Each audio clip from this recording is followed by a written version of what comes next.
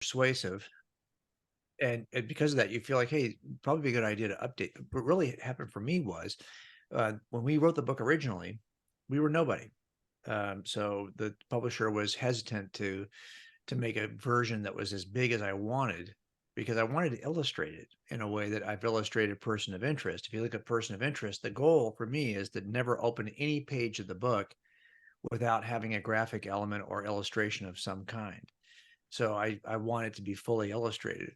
And I was prepared to do those illustrations, but the publisher was like, I'm not sure we can, print the extra 50 plus pages it would take, probably more like 70 pages to get it to where I wanted it. And there was, I wanted to expand it and say it to the depth that I wanted to say it today. And I wasn't able to do that because of the fact it was a brand new book. They weren't sure who I was, if the book would even sell one copy. Those are things you have to consider as an author, and your publisher for sure is going to consider those things. So years later, but right away when they published it, they hired a voice actor, which is not unusual for new authors. They'll just have somebody on file that they actually use to do the audio version. And then about 7 or 8 years after it published, they asked me to come in and do the audio version because by that time I've already written like maybe 8 books. And I said, fine, that's great. And so I'm reading the audio version here locally in a studio, and I realized, wow, if I had a chance to rewrite this, I would say this differently. I would have maybe included this thing, taken that thing out, make certain edits. So there's not a single page of this book that I haven't made a change. And some of these changes are pretty substantive, some are less. And then we added an additional afterword that I think addresses some of the issues that we didn't raise in the first copy. And we illustrated it with 300 additional illustrations and graphic elements. So this is a different book in terms of how it presents. The trick is when you have a book that seems to be accessible and is helpful for some people, then you almost don't want to mess with it. You don't want to touch it and mess it up, right? So a lot of it for us was figuring out how do we make these changes without slowing it down or being too detailed in certain areas, or whatever it may be that was something that was considered to be good and somehow damage it. So that was our goal, is to create a better volume. But here's the bigger thing. Look, 10 years ago, if you look online on our website, you might think we have a robust ministry. We don't. I mean, I'm not a 501c3. I don't have staff. I'm just a guy who worked for a number of years as a detective and then eventually started writing books. And because of that, I don't have the same goals that you might have if you're a ministry trying to grow something for the next 20 years. That's not our goal. What we're trying to do is figure out, like, hey, once we discovered Christianity was true, we couldn't help but want to tell other people about it. The question is, how do we advance the cause of people who are in the church who maybe aren't equipped yet to describe why this is true? And look, in the end, you don't need, you're only going to be able to make a 2-minute defense of anything to anybody at your next Thanksgiving meal or whatever it may be. But you need to have a real depth of knowledge in order to make an articulate, like to figure out like what 2 minutes do I want to share right now. If my 2 minutes I'm about to share with you are the only 2 minutes I have, I mean, this is the depth of my knowledge. I've got 2 minutes worth of information in my head. Well, then you're kind of stuck. If you've got hours of information in your head, well, then you can kind of select from that palette to express whatever it is you want to express to your family members or to your friends. So at this stage in life, I'm looking to figure out, how do I create something that's a bigger impact than just a book. So what we did was I teach this course at 3 different seminaries, right? I teach it at SES, and a lot of these are where they ask me to come in and record a bunch of video, which I do. I'm happy to do that. And then I kind of step into the class 3 or 4 times over the course of the semester and have somebody else co-teach it. Well, I did this for Gateway Seminary, and I had to create 30 videos for that course, about 10 and a half hours of instruction. So we said, okay, well, what if we just make this available to anybody who buys the 10th anniversary book? So if that's what we're trying to do here, we got this free 10 and a half hour. I hired somebody to help me create all of the printed curriculum for this course. So anyone who buys this book gets access to that course with all of the printed material. You can create your own notebooks, and hopefully it takes you all the way from truth through the evidence for God's existence to the reliability of Scripture, the case for the resurrection, the case for the impact of Jesus on culture, and then finally, kind of the forensic faith element. How do we communicate this to others? That's 30 sessions. And so that's really what was the impetus. If I could write a book and then attach to this case makers course, I think we could have a bigger impact on the church to help them make the case. So that's what we're trying to do here. It's also, of course, I always do PowerPoint for any of my books. So there's a 410 slide PowerPoint for this book. And also we've got a bunch of Bible inserts that are also included. You know, people like, I think Carla, for example, I think you're part of our community. Am I right or wrong? Okay, right. That's what I thought. So that's something that we offer in that community for free. But what we're trying to do here is figure out a way to get this into the hands of people who could use it to make a case for Christianity. I I pre-ordered the book and I didn't get my 400 slides yet. So I'm going to get those. Yeah, get those, because I think that the goal here is to figure out how do we help people make this. I mean, that's really the goal ought to be, right? There's a part of me that hates, I hate marketing books. I just do. I mean, it's really the worst part of writing books. I always say that anyone can write a book. That's not the hard part. Getting someone to read the book, that's the hard part. So you spend a lot of time, like right now we're in the first 2 weeks of this book launch. And I spend a lot of time talking about this book. And I just think it's like, that's the reason why we're doing this, is because we're trying to sell you a book. Well, yeah, that's probably the wrong motive for why we would do this. So the question I have is like, what can I offer on the side that is at no additional cost, that I think at least makes it, you know, worth the effort of spending I feel like, gosh, we're asking for, what is it, $17, whatever it is for a book to share the truth. I mean, we should be offering that for free. So what we try to do is figure out like, what can we offer in addition to this that will make it feel like, yeah, it was money well spent. Well, we appreciate that. I know that you and Frank Turk try to give people as much free info. You want to pass on your info. I've noticed that in his presentations too. So what's the point? You can't take it with you, right? Well, and a lot of this too is, I mean, I think that people think that so this is why I made a choice. I remember when I first was at the end, getting close to the end of my career, it was maybe 3 years before the end of my career. Greg Kokel at Stand to Reason said, "Hey, you want you to join me?" And I did join him for about 14 months. And I remember him saying, "Hey, come out right now. Just leave. Just come out of you're only 3 years from the end." And I said, "Well, no, I wanted to be in a position where financially I would never have to ask a donor for $1. So when I did join Stand to Reason, I told Greg, I'll join you, but I can't ask for donor money.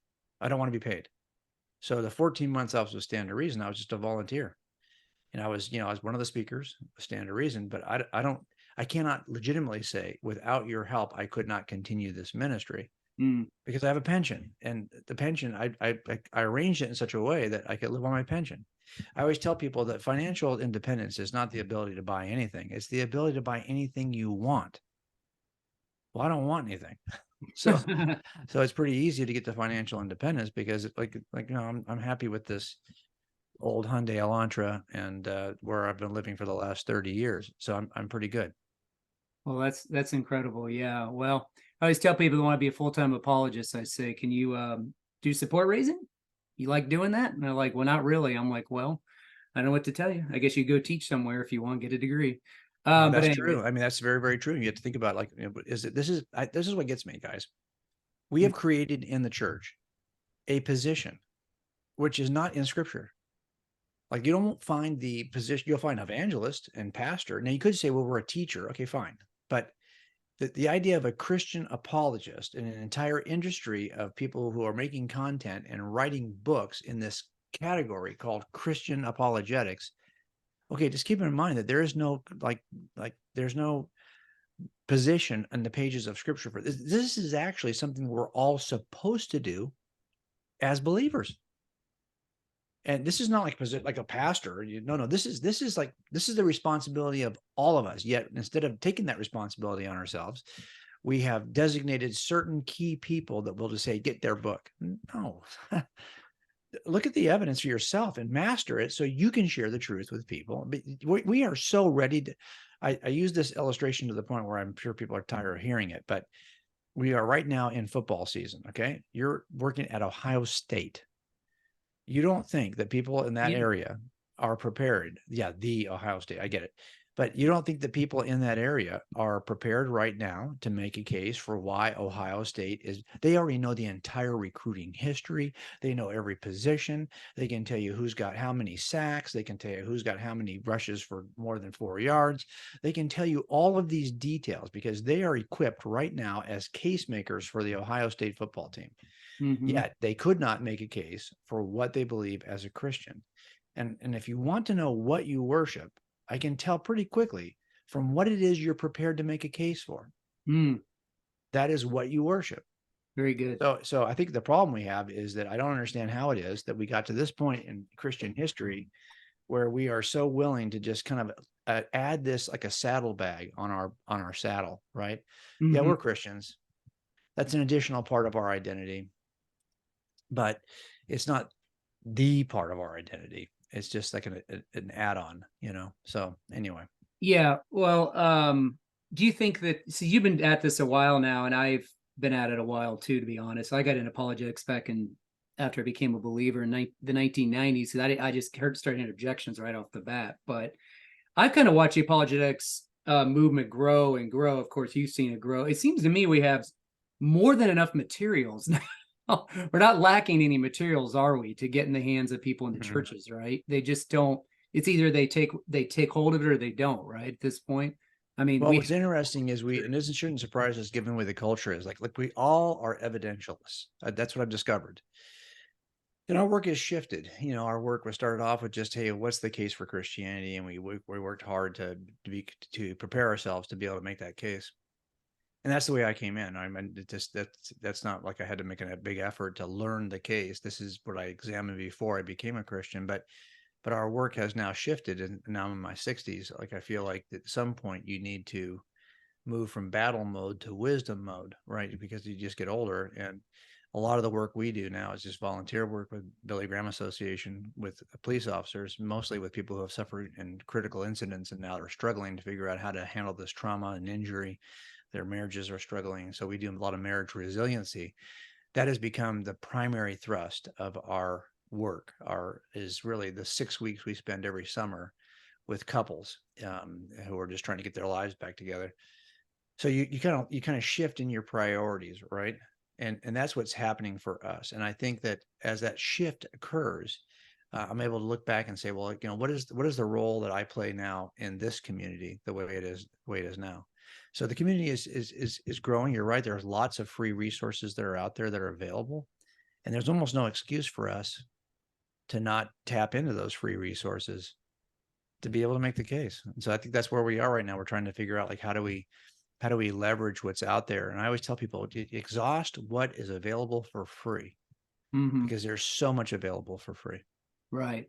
You know, I tell people on this call, I do it every week, and there's been a lot of apologetics done here, and they know by now what, I do a full time. I'm on 2 campuses here in Columbus, Ohio. We talk to students all day long, all kinds of students. And I don't, obviously I tell them, there's all these apologetic issues that come up, all these discussions and all these big topics. And I just say, I don't have any choice to learn apologetics. This is what I do for a living, talking to students all day long. But I think for some Christians, they think like, well, where am I located? I can't make a difference. I always tell them, just take stock of where you're at and your social circles and your work environment. I mean, there's always opportunities. So, I just, maybe they just need some motivation to say, I need to engage who I've got around me, who God's got around me, whoever it is. But anyways, that's a That's long right. topic in itself. Well, let me shift gears a little bit to the book, the newest edition. So I appreciate all you said about, it's we're not trying to just sell a book, we're trying to equip people, of course.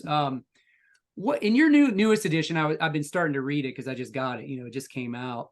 What you added there, one thing that you mentioned in the book is this issue of conspiracy theories. And I know that has been a hot topic the last few years, which is for all of us. It's been the media a lot. Some of us have gotten accused of believing conspiracy theories. We still do. Maybe they're more coming down the line, who knows. But since you're a little more experienced in that, first of all, why do you see as like mostly conservative Christians as the one who've always accused of believing conspiracy theories? Because it always seems to be that way. And if so, do you see it that way? And why do you think that is? Maybe you don't, that's not your perception. But what do Well, you? I do think we are okay. So let's just say the unpopular stuff first. Yeah, I think we are not a thoughtful group. not a what? I'm sorry. If I, not we're not a thoughtful group Okay. because the way we enter into the system is not always a thoughtful way in. We've had an experience usually, or we've been raised in the system. We haven't like thought our way in. We've felt our way in often. And if you got a group that says, here's the entry point is by having an experience that you interpret as divine without testing it in any way.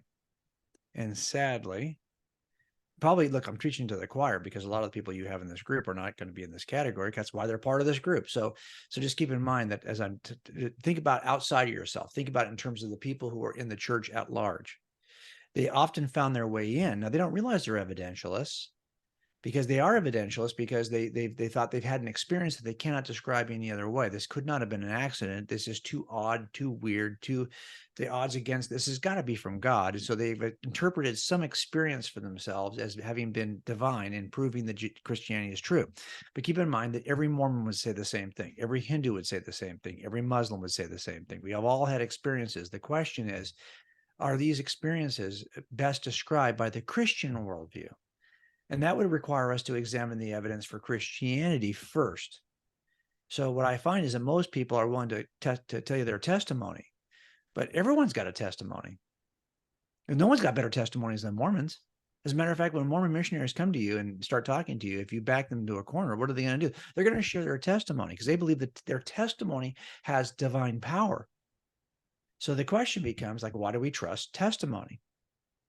So I think that what the problem we have is that most of us enter in without really being too critical about how we got here. And that means that the group that's in then is not necessarily a kind of a critical group that would think really critically about certain issues.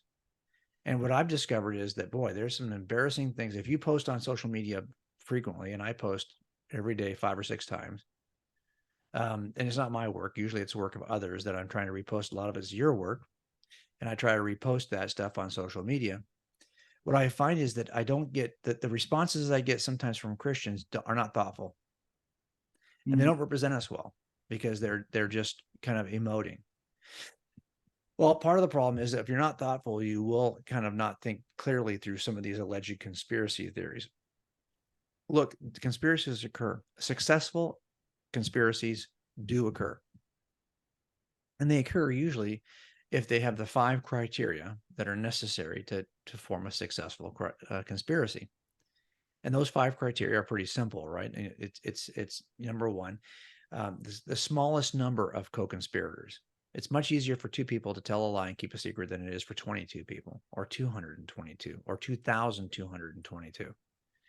And so I typically reject, or typically I'm skeptical about conspiracies involving vast sectors of the government. It's just we're in a social media age right now where if that was happening, somebody would have already given up the ghost on this thing because we are inclined to. So just keep that in mind. It's far easier. You want the smallest possible number of co-conspirators. 2, you want to keep it for the shortest period of time. It's really easy to tell a lie and keep a secret for a day. It's harder to do it for a year. So when I hear someone tell me that there are thousands of people involved in a conspiracy for the last 50 years related to some federal government sectors of the federal government who've been lying about this for 50 years, I'm hesitant. At least I'm thinking about it critically because I know that it'd be far easier for 2 people to keep a secret for a day than it would for 22,000 to keep a secret for 50 years. Let's just be honest about it. Also, if there's if you have to have excellent communication between co-conspirators. The first thing we do when 5 people are involved in a murder is separate the 5 suspects and take their statements separately. Then we often push them by lying to them about what we think what we know and where we got it from. And they typically break pretty fast because they aren't able to call the other one and say, hey, I just told him this. If he asks you this question, say this. The conspiracies require excellent communication. That's why we separate conspirators. So if you're suggesting, for example, that the resurrection is simply a vast conspiracy, a lie, Well, you'd have to have a small number of people who hold it for a very short period of time, have excellent communication. Just the opposite was true for the disciples. But we can also apply that to conspiracies that we see here. And finally, two other things. You want to have basically some kind of, if we are far less likely to give up our family members than we are people we don't even know. So a lot of times, to be honest, if you can give up, if you've got five family members involved, you're not going to snitch on your mom, probably. But well, you might. But moms won't snitch on their kids for sure. It does often happen that the kid will snitch on mom to get himself out of the problem, but it doesn't happen the other way around. So family, close familial relationships are important. And finally, you don't want a lot of pressure. So those are the 5 criteria. And if you don't have a lot, I talk about this in Cold Case Christianity. This is why I'm not inclined to think that the resurrection is a conspiracy on the part of the disciples. I think all of the elements that need to be present for successful conspiracies are not present for that one, for that claim. But I also think we need to be very cynical of conspiracy. Here's what I would say. As a general rule, typically what happens is some dumb thing happens and then someone leverages it to accomplish something. That's almost always a better explanation than, oh, there's been a vast number of people who have conspired together to make this thing happen. What typically happens is there's some situation that people can leverage to their own advantage, and they do. They didn't cause the situation. They just found that there was something in it for them if they could leverage it in a certain way. And of those 2 possible explanations, there's a set of people conspiring to create this situation, or there's a couple people at the end who can leverage a bad situation to make it good for them. The second option is probably the answer rather than the first. So I am more skeptical of conspiracy theories. For example, the idea that the coronavirus is part of a vast conspiracy to control the masses. I think what happened is people realized they could control the masses. So that's a far better explanation than that somehow they planned it from the beginning. And I think that's typically what you see. Well, yeah, I just think it's funny that seems to be a demographic of people that always seem to be accused of believing these things. It's always interesting. But Well, we don't want to be. I think part of it is that that we don't want to be the group. I would love it if Christians were known as the group who think most critically, that understand the laws of logic better than anyone else, and that apply those laws of logic consistently. That is not what I see online. What I see online often are people who are not equipped to defend what they believe at all, and often become hysterical pretty quickly in the conversations between folks who think they are equipped. They think they have science and reason on their side. They don't even understand the history of science or how many Christians have contributed to this worldview that they are standing on as though it was created by atheism, when in fact it was created by a Christian worldview. They don't even understand that, but we don't understand it as Christians. We're not even aware of our own history and the contributions that Jesus has made to critical thinking and science. And because we don't understand it, we don't know it, we often don't leverage it. right. And we need to do a better job of that, I think. Let me piggyback on the conspiracy issue. So a lot of times, as you know, in the history of Christian apologetics, one of the main arguments you always do, the disciples wouldn't die for a lie. We hear that a lot. And Sean McDowell obviously did his giant dissertation on that. You may have his book right here somewhere. But anyway, did his dissertation on that topic, on the martyrdom of the apostles. But I still see many Christians in conversations on campus and elsewhere, using that argument. Well, the disciples are persecuted and they wouldn't die for a lie. So I really push mostly the issue of motive for I mean, I know people die for lies all the time for things that they think are true, like the Muslims at 9/11, other things. That's obvious. But don't you think a better approach is to just ask people motives for why they would fabricate something? They have to have a motive, right? I mean, you put in your books they're motivated generally by money, sex, and power. That's like the 3 motives you put out there. So do you think that's kind of a better way to talk to people about the motives for fabricating something? There always has to be a motive. Well, here's what I would say. You and I, if we said we would die, and this is how I almost always posit it. You and I, if we said we would die for what we believe as Christians, would have 0 evidential value. Because to be honest, lots of people are willing to die for what they don't know is a lie. And that's how I always put it. That people are willing to die for what they don't know is a lie. That's why Mhm. people fly planes into buildings. Mhm. But this group that we're talking about in the first century would be the one group that would know if it's a lie. They're in a different category. Their willingness to die for what they saw is high evidential value, even though our willingness to die for what we believe has got low evidential. We don't know. We have to examine the reliability of the New Testament and make a decision. That's what I think we need to do. But to be honest, the only people who know for sure would be the people who saw it for sure. So those people who were there present in the first century, that's why it's critical for us to examine, is it really a first century claim or is it a late second or third century claim? We need to make sure we know the difference. And if it is a first century claim, this is the one group that would know if it's a lie. You might get one person, two people to die if they know it's a lie.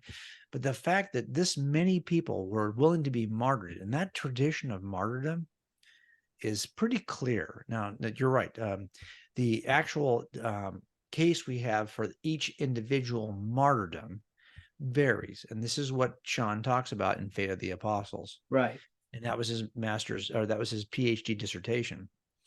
But what we don't have is any contradiction. It's not as though we're sitting here 2,000 years later looking at the manuscript evidence and we've got two bodies of work. We've got the body of work, which comes from people in the church who are making these claims about the death of the martyrdoms of the disciples, of the eyewitnesses. But we've also got a bunch of secular claims from the first century in which it says these folks didn't die for their claims. They actually changed their story later and they actually walked away from Christianity. No, as a matter of fact, the only record we have is that these folks died for their claims. And at a time when people were trying to say all kinds of things to squelch Christianity, yet we don't have claims of anything other than the martyrdoms of the disciples. It's the lack of counterclaims is in evidence. This is why I always say it's important for us to understand the rules of evidence. Everything has the potential to be used as evidence. Claims that we find in ancient manuscripts and the lack of claims we find in ancient manuscripts are both equally evidential. And what we don't have is any claim against the traditional descriptions of the martyrdoms. And that makes sense, right? Because you see it as early as the book of Acts. You see the persecution and martyrdom of the disciples, the eyewitnesses. Then you see it in the next generation of people like Ignatius and Polycarp and Papias and Clement and people who are saying, hey, the eyewitnesses were martyred. And then you see it in the examples of others who copied, who saw as their example, these folks died for their what they claimed, we're going to die for it too. So you see a tradition of early martyrdom based on the examples set by the eyewitnesses. So the idea that the eyewitnesses died for their claims, I think, is the best and most reasonable inference from the historical documents we have. And I don't see any reason to reject it. And I do think that because that's the one group that would know if it's true. That's why I think we should look at it with a different level of evidence, of evidential value. Okay, so you just mentioned something about the best inference. So in your books, one thing you've done really good is you've done really well is to discuss the value of inferring things. So whenever I talk to college students, they really don't know how to approach the existence of God. I always talk about inferential reasoning, all the just making inferences. So I know a lot of Christians aren't familiar with this because I've done this for a while too. But can you talk a little bit you were a cold case detective and you weren't there to see the murder victim. You weren't there to see anything. You come in later, you're trying to compile all your data together. But what exactly is inferential reasoning and how do we use it in history and everything else and things we don't observe directly? Why does that matter? Well, I mean, look, all of us, the jury instruction for jurors is pretty simple. We present a bunch of evidence and then we ask them to render a verdict. And what we don't do is say, well, look, there's several theories about evidence. That are Bayesian theories where there's a formula and how you present the possible explanations, and it's very complex if you look at the formula. We don't do any of that. What we do is we tell jurors that the best verdict they're going to render is one in which they utilize their common sense. The word common sense is littered through the jury instructions because we believe that people understand innately how to make proper inferences from evidence. And you know this if you've raised kids, because at some point your kids have lied to you and you have just discovered their lie or inferred their lie on the basis of evidence. That's what we do all the time. Humans are doing this constantly. You already know there are some things online you see from a news outlet or a social media outlet, and you think to yourself, that's a lie. Well, how are you determining that's a lie? Well, hopefully it's not just from your bias. Hopefully it's because you understand how to infer properly from evidences, and everything counts, has the potential to be used as evidence. What's in the crime scene? That's evidence. What's missing from the crime scene? That's evidential. What did he say? That's evidence. What did he fail to say that he could have said? That's evidence. How did he behave? What did he do? What did he fail to do, but he should have done or could have done? That's evidence. You see, everything and how we build cumulative circumstantial cases is on the basis of every possible thing we could look at to make a case for this. And all of us do this. If your son says that, he comes in late, he misses his curfew by 2 hours, you fall asleep on the couch. The next morning you get up, you walk out to the curb, you see his car is not parked quite properly at the curb. It's kind of like maybe sideways. It's not quite, it's like maybe an extra foot away at the front from this, and they're really not parked properly. And you look down next to the driver's door and you see a crumpled up receipt from a liquor store in which he bought a fifth of whiskey. Okay, now you're wondering what the heck's going on here. And the next morning he finally stumbles out of bed 3 hours late. He heads right over to the cabinet where he gets an Advil, and he starts taking Advil. He looks like he's been sleeping in his clothes, like he fell into bed without even changing. Looks like he threw up on his shirt. It looks terrible. He smells bad. Really? Are you going to now have any doubt in your mind what's going on here? I think we understand how to properly infer from the 5 or 6 pieces of evidence in that scenario I just gave you. It's not like you're going to be like scratching your head. I wonder why he's late. No, you're going to properly infer that he's been out drinking. And I think that's reasonable based on taking the evidence, 2 lists that you make. You make a list of all of the evidence. Then you make a list of all of the possible explanations for the evidence. And you compare the evidence list to the explanation list, and you cross off the things that don't seem reasonable based on the evidence. And that's how you come to a conclusion about which is the most reasonable inference from evidence, called abductive reasoning. And we do it all the time.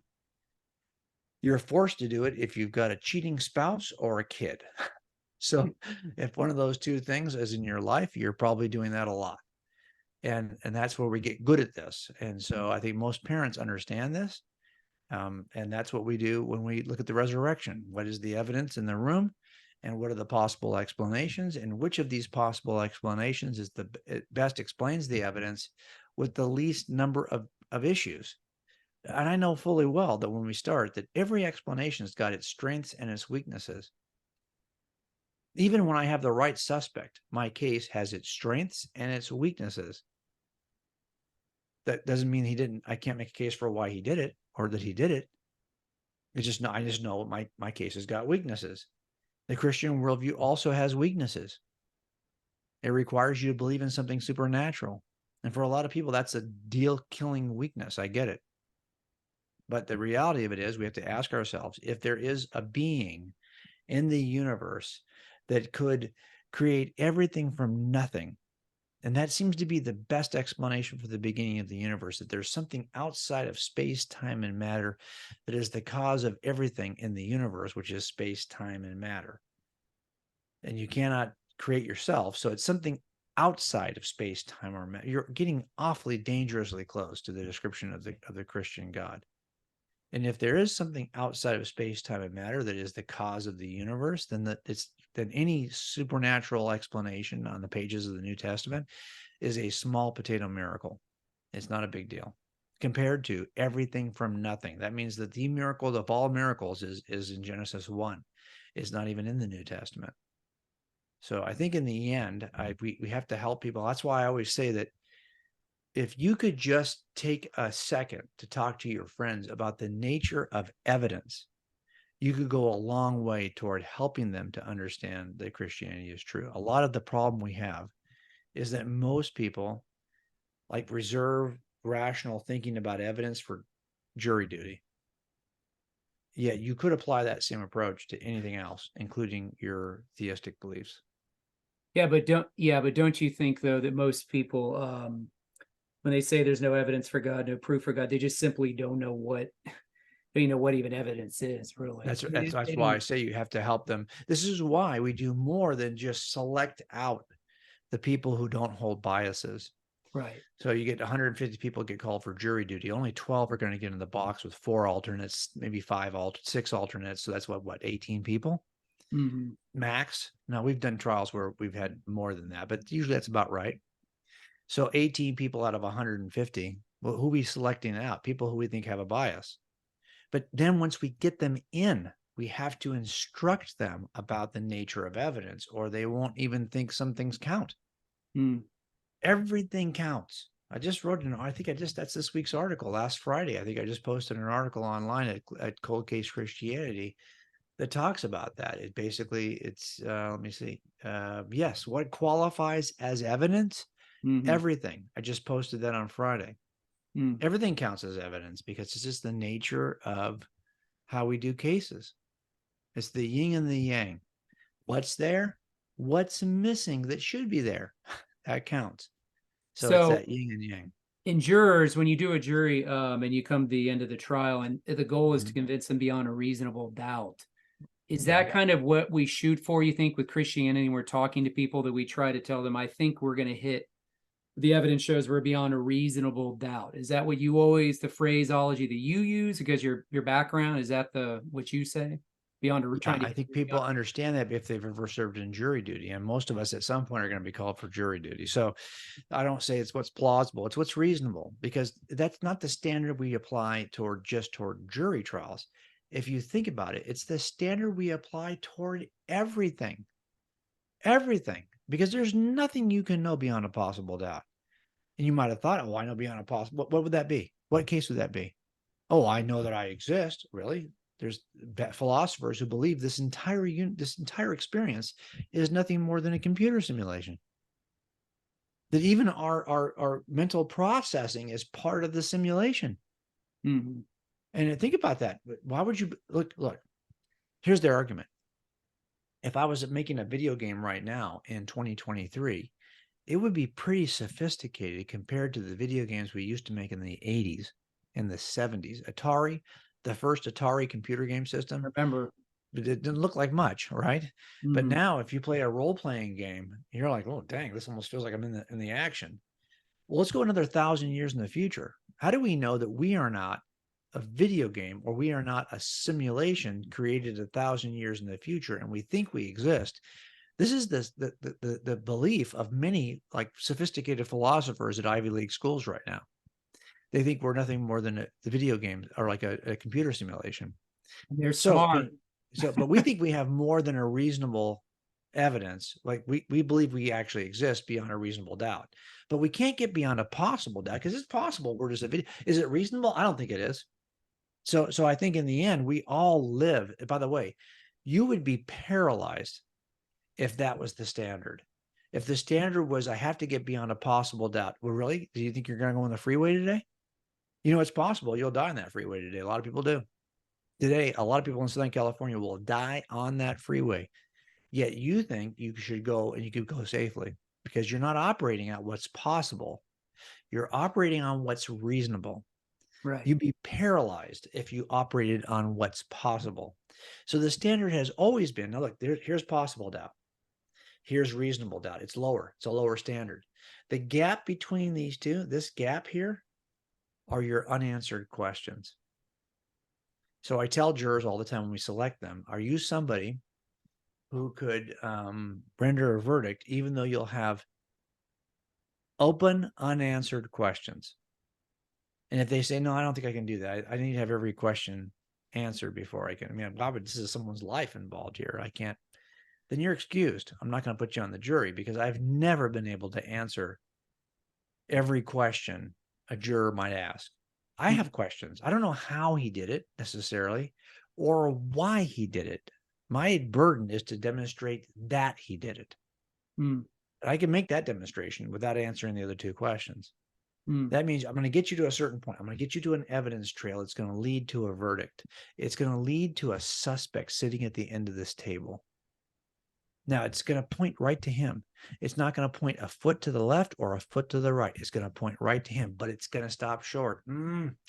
That gap between the end of the evidence trail and that dude sitting at the end of the table is called your unanswered questions. I'm going to ask you to step across the end of the evidence trail to that defendant. And that's called rendering a verdict. Now, the evidence for Christianity is strong. It points to a certain conclusion. It doesn't point a foot to the left or a foot to the right, but it stops short.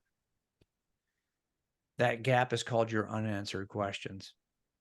I'm asking you to step across the end of the evidence trail to render a verdict for Jesus across your unanswered questions. But trust me, that point doesn't point anywhere else. It points right to him. Mm. That's a step of faith, but it's not an uninformed step of faith. It's not a blind step of faith. It is an evidential, it's a forensic faith. It's I can get you there, but I've never been able to get people all the way there. If that was the case, what's the point in a jury trial? We need you to take a step across the end of the evidence trail to render a verdict. And that's true for all of us as we explain Jesus to the culture around us, is that we need to be honest. I can't answer every question. We tell jurors all the time. I think I've told you before. I'm gonna, I'm gonna tell you everything you need to know, but I can't tell you everything that could be known. Mm. That's a gap. I don't even know everything that could be known. Mm. That's true for every trial. It's true for the case for Christianity. That's very good. Yep. We always say, we borrow Frank's line, if Christianity is true, would you be a Christian? Then we try to figure out what it is preventing them from committing, you know. But okay, a couple more questions just quickly. What the eyewitness testimony in the New Testament as far as eyewitnesses? When we talk about the Gospels are written by eyewitnesses or Paul's letters, all that stuff, I always try to phrase it as direct eyewitnesses or indirect, like Luke wasn't a direct eyewitness. He got his information from the other direct eyewitnesses, or Peter, you know, was Mark's informant. You know, Mark got his information from Peter, then whatever. How do you explain that as far as like eyewitnesses, the eyewitness testimony? Do you approach it as like direct eyewitnesses and then like the indirect witnesses get their information from the direct eyewitnesses? Or how do you approach that? Okay, so yeah, so let me just help you with that. So direct evidence is eyewitness accounts. Luke's gospel is direct evidence. Right. Now, here's why I say that. As an investigator, I go out and I talk to we have a murder. The murder occurs, and maybe there's one person who witnessed something. Well, that's easy. They come up and they identify. Hold on here. Got that. Go ahead. Sorry. No problem. So they identify as an eyewitness. They come up early on. They say, "Hey, I saw this. Great." Well, then we have our team canvass the area, because it turns out there's always other eyewitnesses. They just are kind of in hiding. Like, we need to find them and bring them to bear on this case. So we'll go out and we'll interview 5 more people who saw something. Okay. Well, that detective who canvassed the area, we have 5 people on our team and a sergeant. Well, that 5-man team will go out and they'll interview, and I'll get reports back. If I'm the IO, if I'm the investigating officer, I'll get 5 officers worth of reports back. So let's say that 5 of them find one person. I've got 5 reports now from eyewitnesses. So the officer writes a supplemental report recording the eyewitness statement. That's direct evidence. It's an eyewitness account. Luke tells us that he is the report writer who is collecting information from the eyewitnesses and servants of the word in Luke 1, that he is now going to chronicle in his gospel. So like a detective who's recording the eyewitness, that would be considered now, granted, the direct evidence is the eyewitness, and I don't have, in the cold case, I don't have access to that guy. That dude's been dead for 10 years. And the detective who recorded it, he's been dead for 5. So now I have to look at the supplemental report, which is written by a detective who's recording the statement of an eyewitness. That's direct evidence. And I've got to figure out, is it reliable? Same thing here. Luke is the detective who's recording the statement of the eyewitness. I got to figure out, is it reliable? It's the same process. Nothing's different. I Mhm. don't care if it's 10 years old. The critical issue is, do I have access to the eyewitness and do I have access to the report writer? And in both cases, I have access to neither. So the same process occurs. Now, what is the indirect evidence? If it's an eyeball, here's how it's described in criminal trials. This is the jury instruction in California. It's the same probably in other states. If someone comes in from outside, this is what we tell the jurors. If somebody comes into the courtroom from outside and says to you, it's raining outside, well, you can consider, if that witness is reliable, you can consider that as evidence that it's raining outside. That's called direct evidence. On the other hand, if you observe somebody coming in from outside and they're wearing a rain jacket and it's covered with water and they shake it off and they close their umbrella, it's wet, it's raining, it's like got, water being cast everywhere. Then another person comes in and they've got, another rain jacket and wet. Well, you can consider that evidence that it's raining outside, but that would be indirect evidence. No one's testifying that it's raining outside. You just saw the consequence of the rain outside. You saw these people come in. Now here's the problem. With direct evidence, you test the witness to see if he's reliable. We talk about that in cold case Christianity. With indirect evidence, you have to think about, do I have the most reasonable inference from my observation? Because there's always more than one inference with indirect evidence. You could infer incorrectly. Someone could say, well, no, maybe he just walked through a sprinkler. Oh, really? So he knew in advance he would walk through a sprinkler, so he wore a raincoat and he had an umbrella in case he walked through a sprinkler. That's one possible inference, but is that reasonable? It kind of seems more like it's reasonable that it was raining outside. So those are the two forms of evidence. Somebody with an eyeball sees something and reports it to you. That's why the glowing rectangle is evidential. Videos that you take on a phone are direct evidence. But everything else you put together to assemble your case, that's indirect evidence. So that's the difference. So Luke is recording the direct, he says he's talking to the eyewitnesses and servants of the word. Now, lots of people have tried to manipulate those descriptions because they don't want it to be Luke as an investigator writing a supplemental report about what the eyewitnesses say. They would much rather it be his own invention. But the reality of it is that, yeah, he was present with Paul during the book of Acts. He slips into first person in the book of Acts a couple of times. So we know that he's with Paul during that time. And of course, during that season in the first century, he did not. He could have lied. He could have said, here's what I saw from Jesus. Now he's saying, I didn't see Jesus. I knew Paul. But I did talk to the people who knew Jesus, and here's what they said. And what a shock. A lot of what Luke says is available to you in Matthew and in Mark. Duh, he's telling you he's going to the eyewitnesses to get this information. So don't be surprised that he includes them. And let's face it, when people say the same thing over and over and over and over and over and over and over again, like I had done for the last 10 years, it has a tendency to sound the same way every time you say it. So unsurprisingly, you get what looks like I'm just copying from the Gospel of Mark, but that doesn't mean that he's copying from the Gospel of Mark. It may just be that he's saying it the same way Mark has been saying it. Now, Papias in the first century says that Mark is scribing for Peter. Well, I don't think I would accept that. I tested that. I think I made a case for that in one chapter of Cold Case Christianity. I think that's a reasonable inference. Given the internal evidence from Mark's gospel, I think it does show the fingerprints of Peter. Mhm. So that's why I think that, yes, he is scribing for Peter. So I think that what we're looking at is either the eyewitness writing his own account in Matthew and John, or a detective writing a supplemental report from something he heard from an eyewitness, which is Mark and Luke.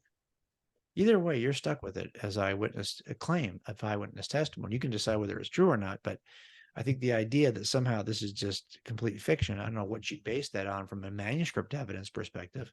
Do you view Paul as a direct eyewitness because he had the resurrection encounter with Jesus? Because then most of the information he receives from the other apostles because he wasn't And his yes, original and he tells disciple. you that. So the only encounter he has as a direct witness of Jesus is on the road to Damascus. Right. Nothing else about the Jesus story does he learn firsthand. He has to get that from others, which is why he spent time with the disciples. He saw Jesus, but that doesn't tell him anything about what Jesus did in the first century, the years before he encountered Paul on the road to Damascus. He has to get that from the other eyewitnesses. So Right. that would be very common. Like if you didn't know, if you came into your family and you were born 10 years later than the oldest sibling in your family, the only way you're going to get that information about your family from the 10 years in which you weren't present is to ask your older sibling. This is what Paul does when he asks the older sibling, what happened before I got here? Mhm. And that's basically what Paul is doing. I think in Galatians, I think people take that saying he has, he had this, if he had direct revelation from Christ, is everything he learned was part of that revelation encounter, and he didn't learn anything from anybody else. And I tell him, of course, there's other scriptures that say the opposite. Right. He says that. He says that I Yeah. went up to those who, and it's interesting how he describes them. So, from a forensic perspective, it's clear that Paul, I think it's clear that Paul felt inferior in many ways to the other apostles. Hmm. He was the one untimely born, who he didn't have the exact same kind of authority as James, obviously, who knew Jesus so much of his life, or from Peter, for example, who saw the miracles during the ministry of Jesus. Paul comes in and has to make a case, and he seems to be almost overemphasizing the case. Hey, I'm a witness too, guys. I'm an Hmm. apostle. I saw him too. Hmm. He almost is making that case in 1 Corinthians 15, Hmm. as if, which is, I think, is brilliant. Here's why. If you've ever noticed, look at all the New Testament books. Okay, they are all written by people who were eyewitnesses. So there's other New Testament books or other ancient books that were used by the early church. The Epistle of Barnabas was very popular in the first century, not in your Bible. First Clement was very popular amongst Christians in the first century, not in your Bible. The Shepherd of Hermas, very popular in the first century, used by a lot of it, not in your Bible. It has to be written by an eyewitness to be in your Bible. Hmm. That should give you comfort Right. because this whole thing top down has always been about direct evidence. Okay. This is Then, an evidential worldview. so the last question I have is the chain of custody you have in your book. You talk about this chain of custody. What is the chain of custody that you unpack? And by the way, you have to get his book to see the illustration he has. He does all these illustrations. They're really cool. So anyway, but what is that exactly? Well, I feel like this has been, like, I don't know why I'm grateful that I hear this language now that I never heard before I started describing it this way, this chain of custody. Now I hear a lot of people making a case for the early version of Jesus from this chain of custody, but this is something that I didn't know any other way in.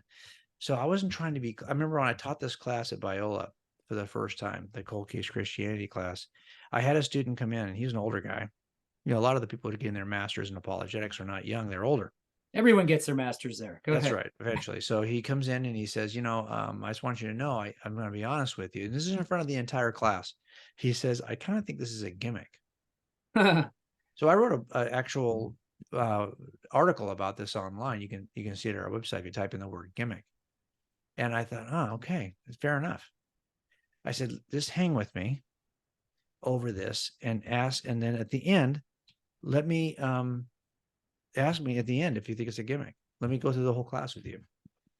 I actually here's the article. It's called, Is the Cold Case Christianity Approach a Gimmick or a Valuable Filter?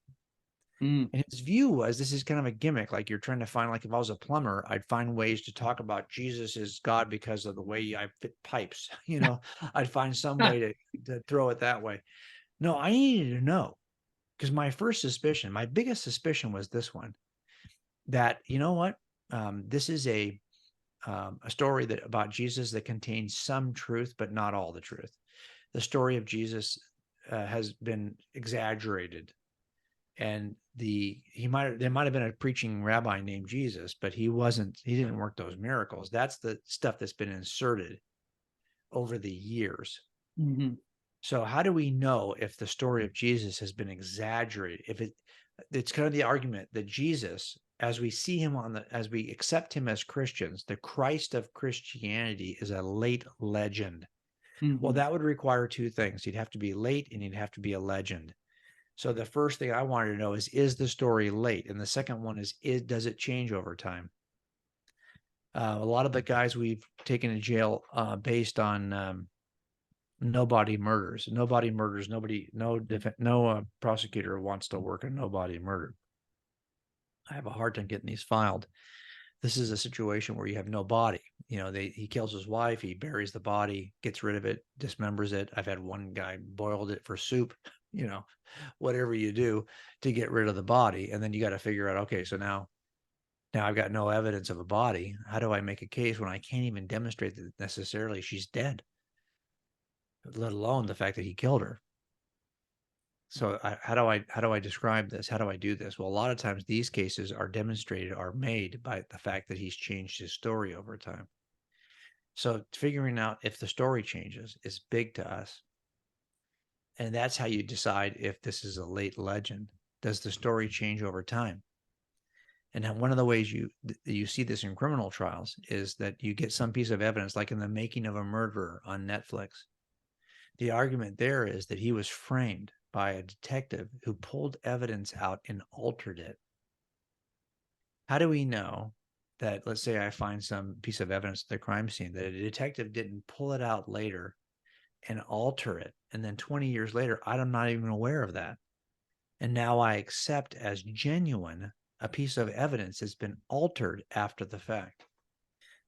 The same thing happens in this discussion about Jesus. How do we know that there isn't a simpler version of Jesus as a sweet teaching rabbi who preached good messages, who then later is exaggerated over time to become this miracle working, born of a virgin, raised from the grave, ascended into heaven? All that stuff has been added late. Well, how we discover what's happened in the criminal trial is we ask the question, was there an officer at the scene in 1980? And sadly, back in the day, we didn't have crime scene investigators. A lot of times, officers collected the evidence. We would never do that now. But did he collect something? Did he write a report describing it in detail? Did he take a Polaroid picture? Back in the day, we had Polaroids.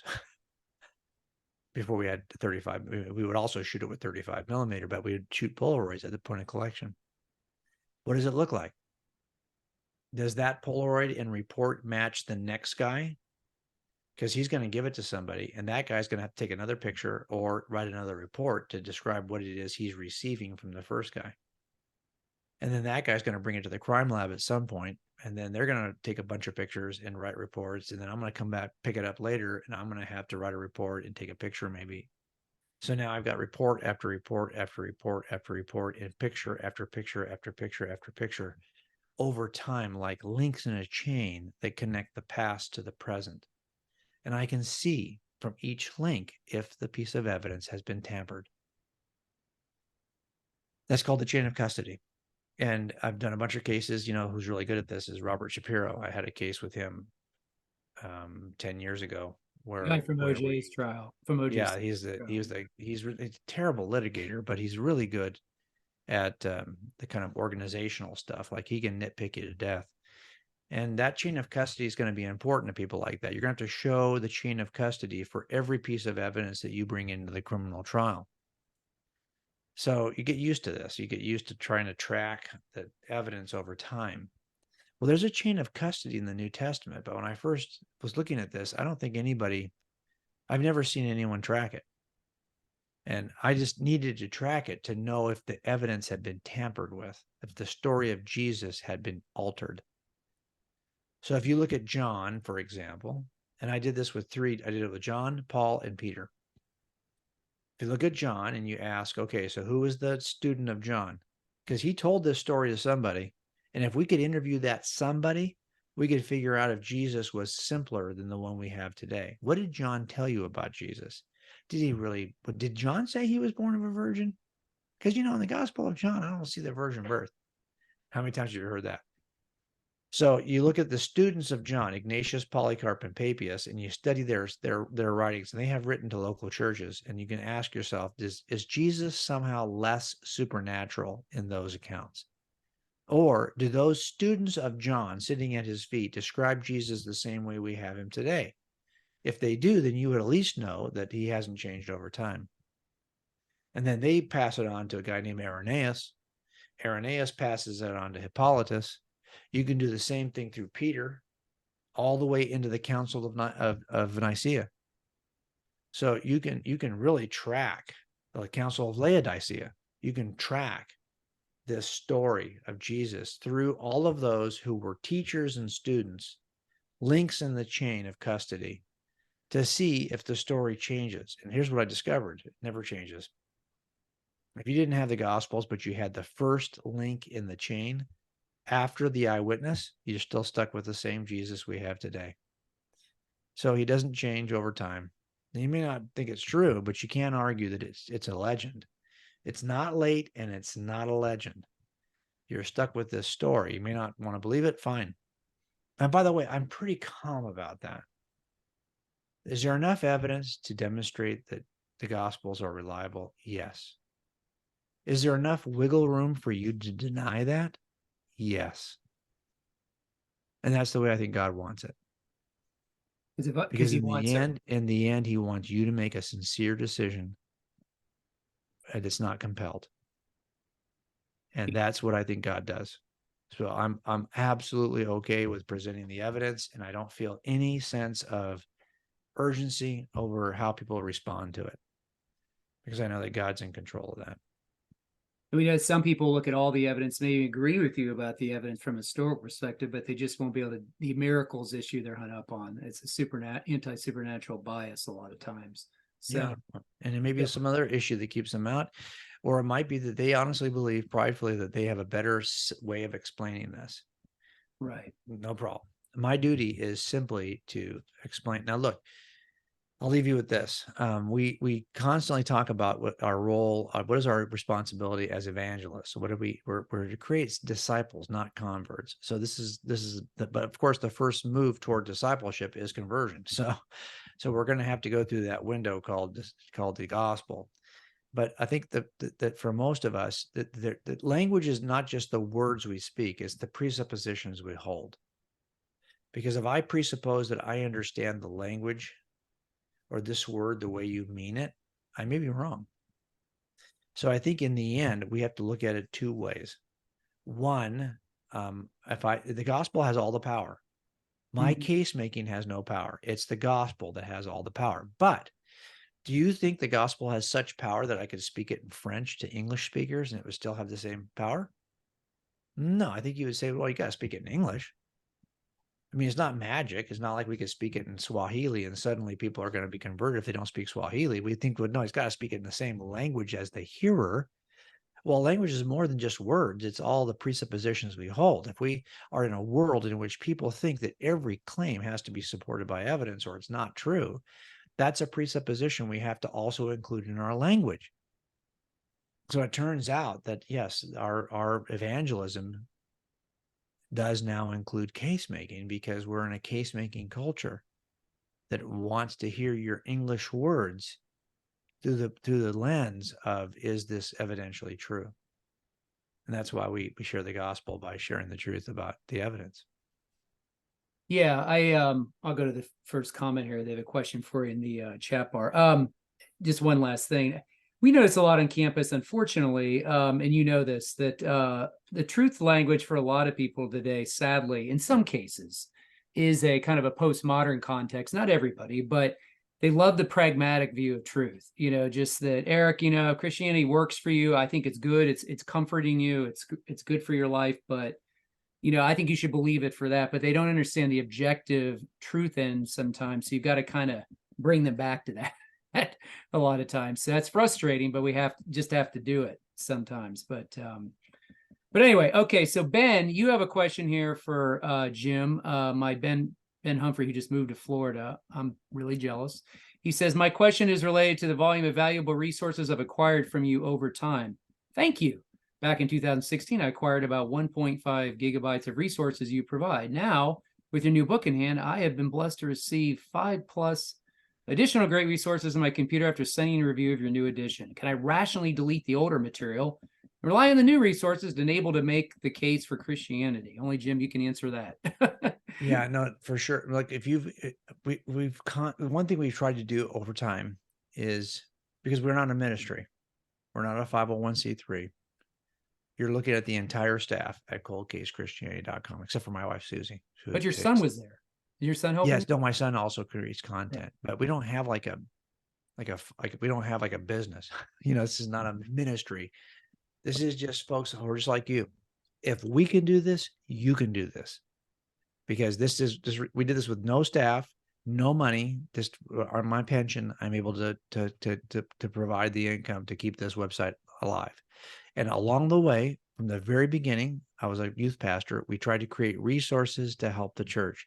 And back in the day, I had a website called pleaseconvinceme.com. If you type Remember in that. pleaseconvinceme.com, it'll take you back to this website. So we still own that URL. But Mhm. that pleaseconvinceme.com had a free course, which was just a bunch of stuff that we had gathered our teaching over the years, and we put it together in a course. And when we closed that URL, people said, "Where did that course go?" We were using that course. Sorry, it's no longer available, but this is the replacement for that. So yes, I actually think if you can get rid of all the other stuff. This is kind of the updated version of all this. This is the most robust set of resources we have ever offered.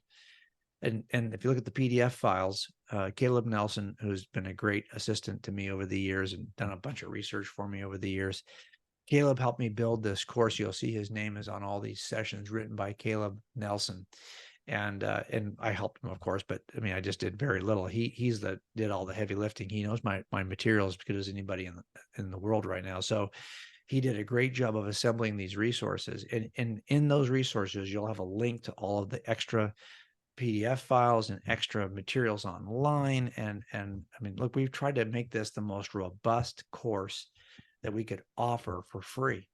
People are already asking me, well, can I use it at my church? Oh gosh, now here we go. So look, do I care really? No, not to be honest, I don't care. I mean, I'm at a point now where we just want people to get ready to defend the truth. And I'll tell you that lots of people who are in ministry will tell me, don't do, you can't offer this kind of stuff, because if you offer it, what's the point in going to your website? Well, look, what we post on our website every week, I feel like it's spiritual discipline. Are you going to pray this week? Are you going to read scripture this week? You probably are.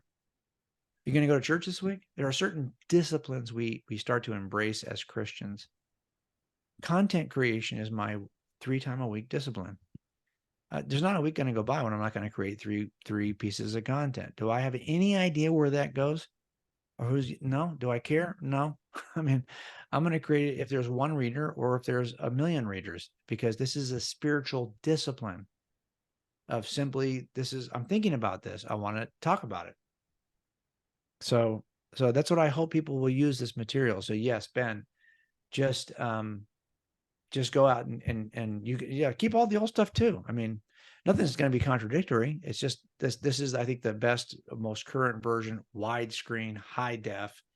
Back when we started in the beginning, we didn't do everything widescreen and high def, but now of course we are. And I'm sure in 10 years all of that will change, and we'll figure out what the next bit of technology is going to require of us. But yeah, I would say go back and you can delete all that old stuff, because this is better, higher quality in terms of how we present it.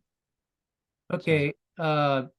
Becky, I don't know if your question is to Jim or to anyone in general. Do we ever witness at a gas station or grocery store? So what methods work best? Is that to Jim or just everybody? I don't know yeah, what. I can tell you that for me and personally, I'm not. There's times when you're going to witness, but I'm always an opportunity observer.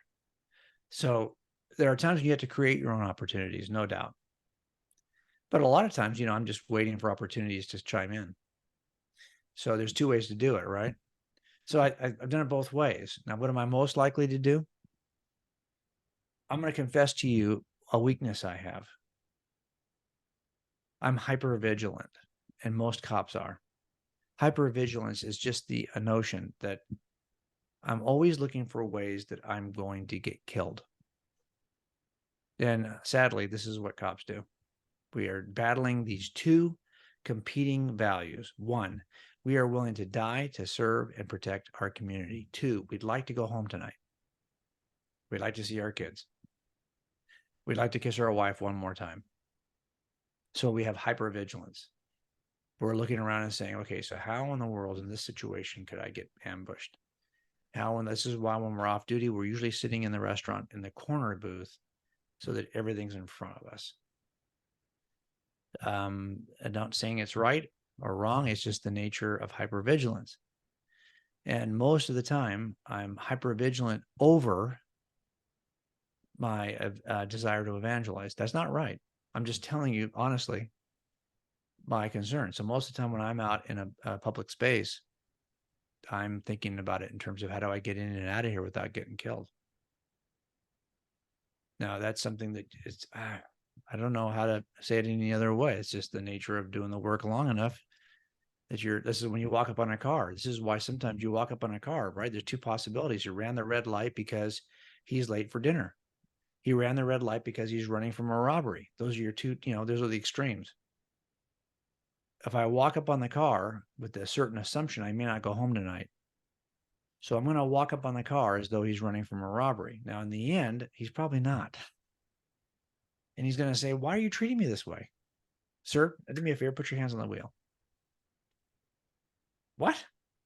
No, just do me a favor, sir. Put your hands on the wheel so I can see your hands.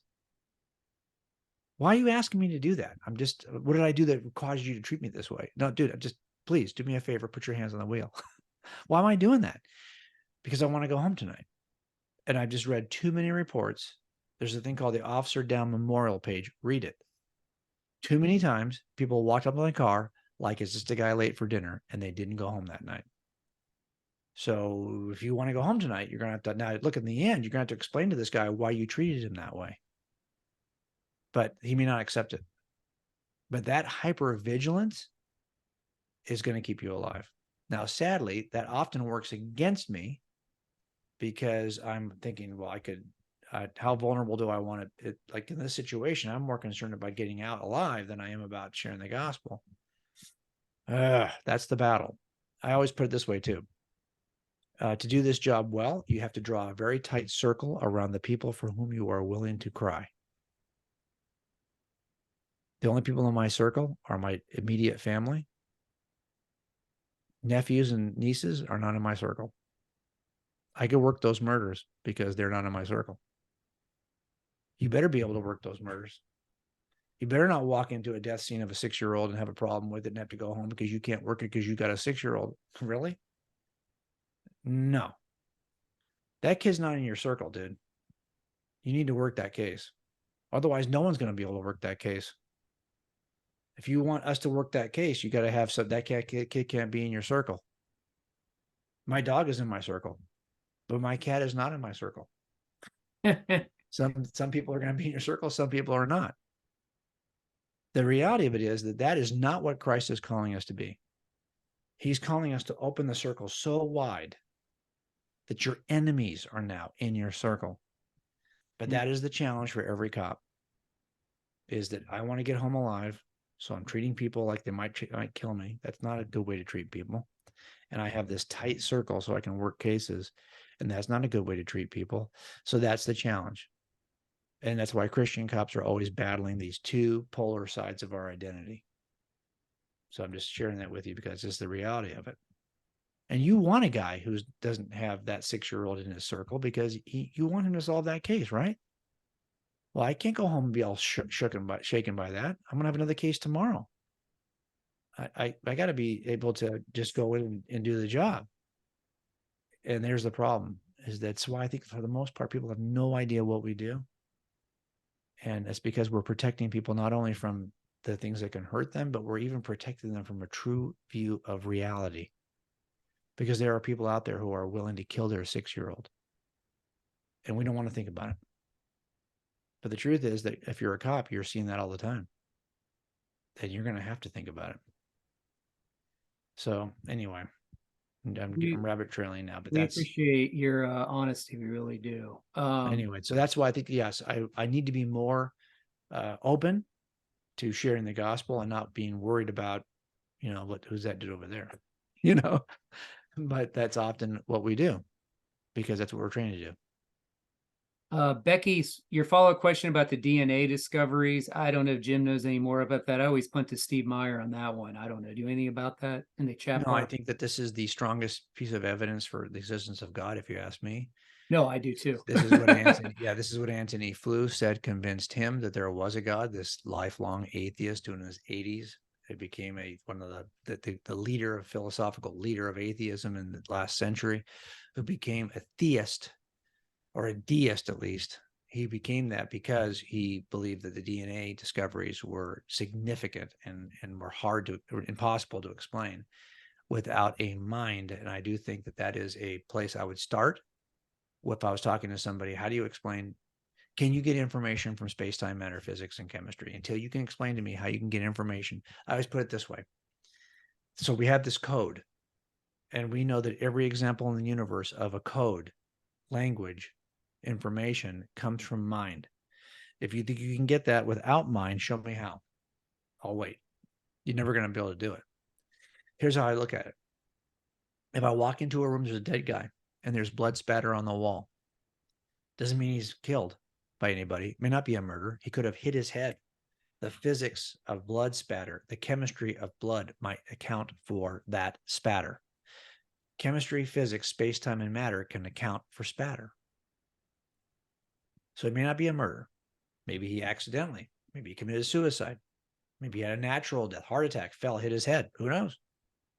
On the other hand, if I walk in the room and next to the blood spatter, I have a message, he deserved it, written in his blood, I think I'm reasonable in looking for a suspect, because you cannot get the language, the words on the wall from space-time, matter, physics, and chemistry. That requires a mind to act and write information.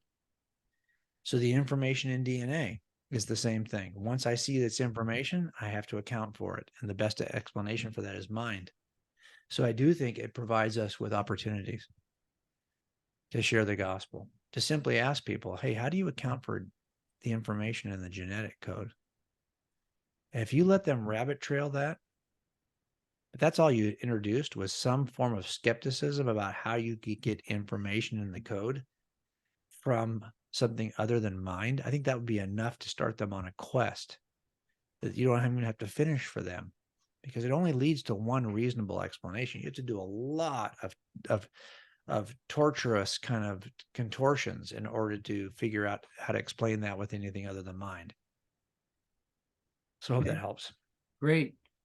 Okay, maybe like one more. Okay, Carla has a question here. What's the best advice you could give parents with prodigals? Patience. Patience. You know, you have to, when you get a prodigal, the first inclination you have is, what did I do wrong? So Carla, you didn't do anything wrong. What could I have done better? Well, you're going to play that game? We could play that game all night. Every one of us can say we could have done something better. Do not spend a lot of time beating yourself up over what you could have done. God designed a world in which love is possible because God is love. But that means he has to design the world with a dangerous prerequisite, free agency. You can't have love without free agency. It's logically impossible to create a world in which love could exist without free agency. You have to have the agency, the freedom to hate in order for true love to emerge. You have to have the freedom to reject in order for true belief to occur. And you don't know where your kids are going to be. Carl, I don't know how old you are, but I think you look younger than me. So I was 35 before I became a Christian. If you know me at 34, you just said, that dude is never, trust me. People who knew me were shocked because I was so outspoken. So spoken about your atheism, you mean? Yeah, I was so outspoken about it, against Christianity. It wasn't that I was just an atheist. I thought every Christian was an idiot, and I was happy to share with you why I thought that was true. Huh. So I think that people who knew me, cops who knew me, would always tease me afterwards because they thought, what a hypocrite, what a jump, you're swung from one edge to the other, which they thought disqualifies me in some way. So that's okay. But the point is, just be patient. But number one, don't stop. We got to stop as parents beating ourselves. There's a couple of false ideas we have. And one of these false ideas is that good parents, good, obedient, Bible believing parents will have kids who are also good, obedient Bible believers. That is not true. And it's not true for me. It's not true for you. So take a deep breath, be patient with yourself. You pray and you model Christ. That's all you can do. Pray. And you've already heard me say this 1,000 times, Carla. You pray and you model Christ. You pray and you model Christ. That's it. And you trust God. You trust God for this. That's all you can do. Okay, let's take this last question from Becky. Another one. My son David is gay, and he asked if 30% of pastors watch porn weekly, and I engage once in a week with my partner. Both are sin. What's the difference? Well, do you want me to answer? Okay, Or you want a to answer? couple of things. Yeah, a couple of things. Number one, in one sense, all sin separates us from God and requires a savior for forgiveness. But the question is how do there's times like right now where I feel like, man, I'm still engaged in the same sin I was before I was a Christian, but I hate it and I'm struggling with it constantly. And that's the difference. That's how I know that God's Spirit is in me, because there was no battle before. You never would have even been able to convince me this was wrong behavior before. But when I'm struggling with it, it's because I want to abandon it and I'm angry that I cannot do it. I feel like of course, if you looked at where I was before, of course I'm making progress, but it doesn't feel that way sometimes. And so I would say that, yeah, well, look, so what you're saying is, hey, if I commit 10 murders, but this guy over here calls himself only committed one, what's the difference? Is that how you want to be identified then? Like that one murderer is still a murderer, and maybe he's committed less than you or more than, does it matter? You're still how does that give you comfort to know that, yeah, there's somebody else who's also a sinner and both need a savior? So I don't know how it's pointing to somebody else who says, well, I'm just the same kind of sinner he is, but I sin less. Okay. Well, you're still a sinner who needs a savior. And the first step to being saved is repentance. Right? Not that we have to repent to be saved, but you have to say, hey, there's a God and I'm not him. And the result of that ought to be that you want to live a different way. And if you don't see that result, then I'm kind of wondering if you ever really look. And I struggle with this too. We all have sin in our lives, even as Christians. This just demonstrates our further need for a savior. I don't know how this does not, and how does this in any way disqualify the savior or our need for a savior or the truth of the resurrection, given the eyewitness accounts? None of this has any impact on any of that. So anyway, I don't know if you want to add to that, Eric. Yeah, I mean, Jesus condemns all sexual sin in Matthew 15. So one isn't greater than the other. So it's all sin. So well, look at it this way. yeah. Jesus says in Matthew 7 that a lot of you folks are going to be doing things as alleged Christians. In other words, you're going to heal people and serve people and do miracles in my name, he says. That means you're calling yourselves Christ followers. Yet I'm going to say I never knew you. The road to destruction is broad. The gate to salvation is narrow. And who is he talking about? In that passage, he's talking about people who identify as Christians. And he's saying, actually, most of you are not. So listen, that should sober all of us. That should scare the living daylights out of you. And I think that's a good thing. So I think in the end, I would say, look, so there's a percentage of people who are calling themselves Christians who aren't really Christians. That shouldn't shock you. That's what Jesus has been talking about. And that's what he talked about 2,000 years ago. Right. All right. Well, I think we're going to wrap it up here. Okay, great. James Warner Wallace, thank you so much for being with us. Please, people, get the materials, use them, get it out in the public, sharpen your evangelistic skills and go use the material, apologetic skills. That's why he's written it, as he says. He's just not doing it to get brownie points for writing books. He wants you to use it. So get out and use it. And Jim, we'll be praying for you to have strength in all you're doing. We appreciate all you're doing. Really Thanks, appreciate brother. what you're doing with the marriage stuff and the code with Billy Graham and all that stuff, how you've kind of switched gears a little bit. So we appreciate you so much. And we'll be praying for you. And God bless you and your family. Thanks, everybody. And Thanks for hope to having see me. you again. Talk to you Take soon. care, Okay. dude. All right. Okay. Bye. And everyone, I will see you next week if you're on the emails. We'll get back to next week. And then I have another special guest coming up to talk about near-death experiences soon. A guy who's written another book on the topic, a newer book. So Stephen Miller has written a new edition, and he's going a newer book, and he's going to come back and talk about that. I run a lot of people on near-death experiences. The question is it evidence for God? What about other people from other religions that have near-death experiences? Are they hokey? I mean, you hear about some false claims. You know, there's a lot out there, and so we're going to talk about that when we have him back on. I think within the next couple of weeks. So I'll let you know about that. Check your emails. So anyway, does anybody have any questions before I wrap it up? Otherwise, I'm just going to pray us out. Anybody? The link. What's Well, the not link yet. to the I'll send out the link probably tomorrow morning or later tonight. How's that? okay. All right. Yeah, I recorded this whole thing and I need to stop recording.